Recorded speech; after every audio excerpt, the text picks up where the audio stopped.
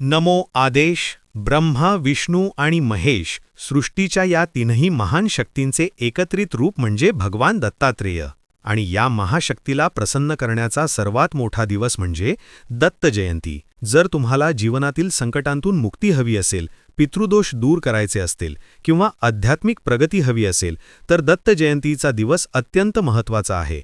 आजच्या या व्हिडिओमध्ये आपण पाहणार आहोत. 1. भगवान दत्तात्रेयांच्या जन्माची अद्भुत कथा. 2. घरी साध्या आणि शास्त्रशुद्ध पद्धतीने गुरुपूजन कसे करावे. 3. नाथपंथाचे रहस्य काय आहे आणि 4. या दिवशी काय उपाय केल्याने तुमचे नशीब उजळू शकते. त्यामुळे व्हिडिओ शेवटपर्यंत नक्की पहा. चला तर मग गुरुदेवांचे नाव घेऊन सुरुवात करूया. दिगंबरा दिगंबरा श्रीपाद वल्लभ दिगंबरा. दत्त जन्माची कथा. भगवान दत्तात्रेयांचा जन्म कसा झाला ही कथा अत्यंत रंजक आणि भक्तीने भरलेली आहे. प्राचीन काळी महर्षी अत्री आणि त्यांची पत्नी सती अनुसूया एका अरण्यात राहत होते.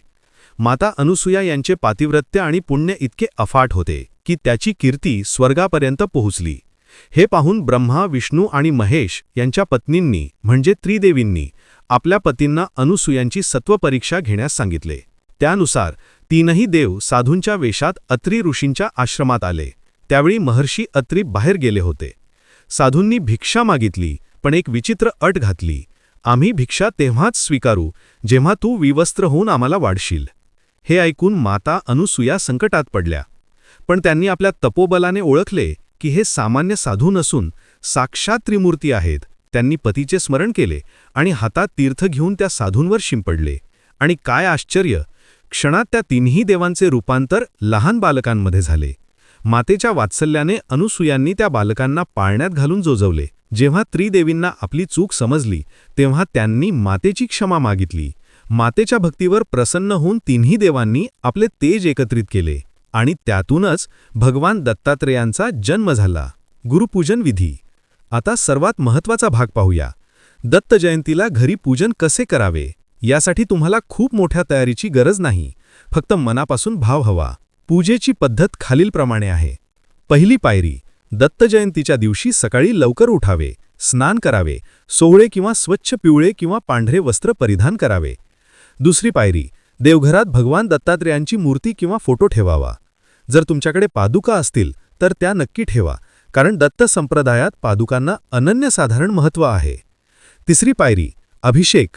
मूर्ती किंवा पादुकांवर प्रथम पाण्याने, नंतर दुधाने आणि पुन्हा पाण्याने अभिषेक करावा.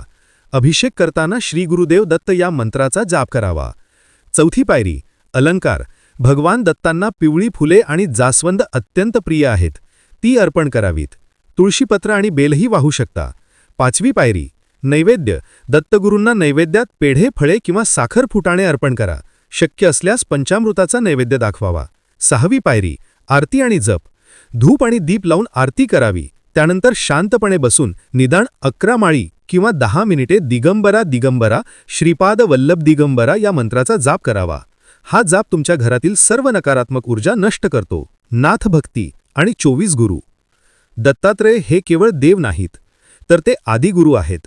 नाथपंथाचे ते मूळ आहेत.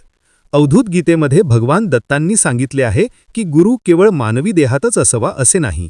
दत्तात्रेयांनी निसर्गातील 24 गोष्टींना आपले गुरु मानले होते. त्यांनी पृथ्वीकडून क्षमाशीलता शिकली, पाण्याकडून शुद्धता आणि स्पष्टता शिकले, वायूकडून अलिप्त राहणे शिकले. अगदी कोळी आणि मधमाशीकडूनही त्यांनी ज्ञान घेतले. याचा अर्थ काय, तर जगातल्या प्रत्येक गोष्टीमध्ये परमेश्वर आहे. दत्तभक्ती आपल्याला हेच शिकवते की प्राणीमात्रांवर दया करा आणि निसर्गाचा आदर करा. अवधूत बनणे म्हणजे संसारात राहूनही मोहापासून दूर राहणे. गुरुचरित्र पारायण महत्त्व. दत्त जयंतीच्या दिवशी श्री गुरुचरित्र या पवित्र ग्रंथाचे वाचन करणे अत्यंत फलदायी मानले जाते. या ग्रंथात श्रीपाद वल्लभ आणि नृसिंह सरस्वती स्वामींच्या लीलांचे वर्णन आहे. जर तुम्हाला संपूर्ण ग्रंथ वाचणे शक्य नसेल तर किमान 14वा अध्याय म्हणजे ज्यात राक्षसाचा उद्धार झाला किंवा 18वा अध्याय म्हणजे दारिद्र्यनाशन यांचे वाचन नक्की करावे. यामुळे घरातील आर्थिक आणि मानसिक अडचणी दूर होतात. समारोप.